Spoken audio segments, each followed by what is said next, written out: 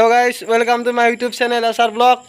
আজি আমি আহিছোঁ ৰূপকণৰ ঘৰলৈ যেহেতু বিজেপি চৰকাৰৰ 1 লাখ নিযুক্তি পৰীক্ষাত আজি আমাৰ ৰূপকণে এইবিধ আসাম পুলিচত চাকৰি পাইছে।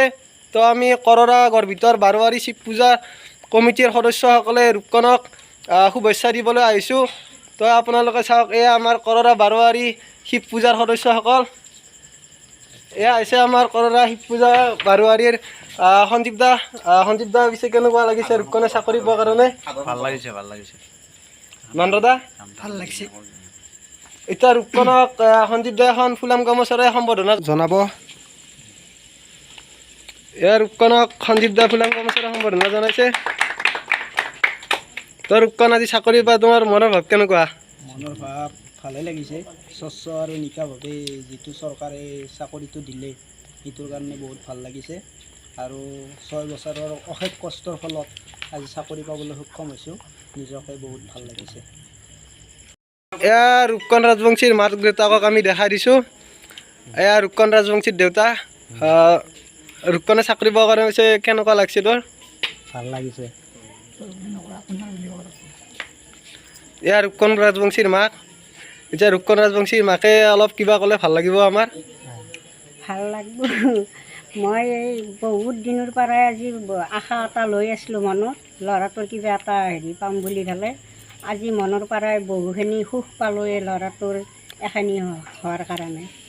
মোৰ আজি আৰু বহুত আনন্দ লাগছি। আপোনালোকেও যাতে মোৰ ঘৰত আহি পেলাই উপস্থিত হৈছে সেইখিনি মোৰ বহুত ভাল লগা অন্তৰৰ পৰাই কৰিছোঁ।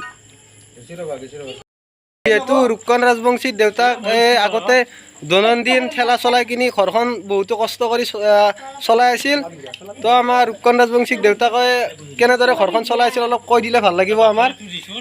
মই ঠেলা বহুত দিন চলালোঁ, ল'ৰাটোৰ চাকৰি হোৱাৰ কাৰণে ভাল পালোঁ। আৰু এইখনেই আছিল ৰূপকণ ৰাজবংশীহঁতৰ জীৱিকাৰ পথ।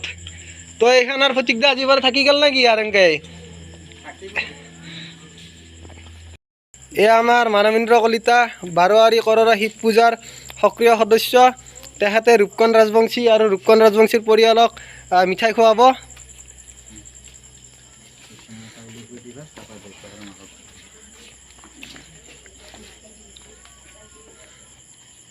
দে ভালকৈ খাই পেলাই দিব নালাগে দে তই।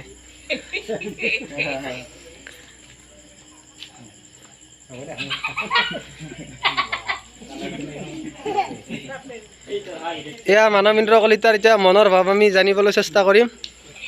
এই পৰিয়ালটোৰ দেউতাকে যিখিনি কষ্ট কৰি ডাঙৰ দীঘল কৰিছে পৰিয়ালক পোহপালন দিছে, তাৰ বাবে তেওঁ চাকৰিটো পোৱাৰ কাৰণে বহুত আনন্দ মই। এয়া আমাৰ ৰামেদা অলপ কিবা ক'লে ভাল লাগিব আমাৰ। ফটিক ৰাজবংশীৰ ল'ৰা ৰূপকণ ৰাজবংশী।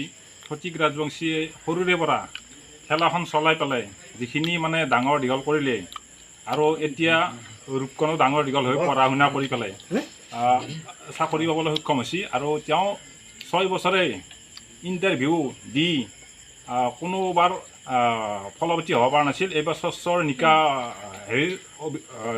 নিকাৰ হেৰিতে তেওঁ সক্ষম হৈছে।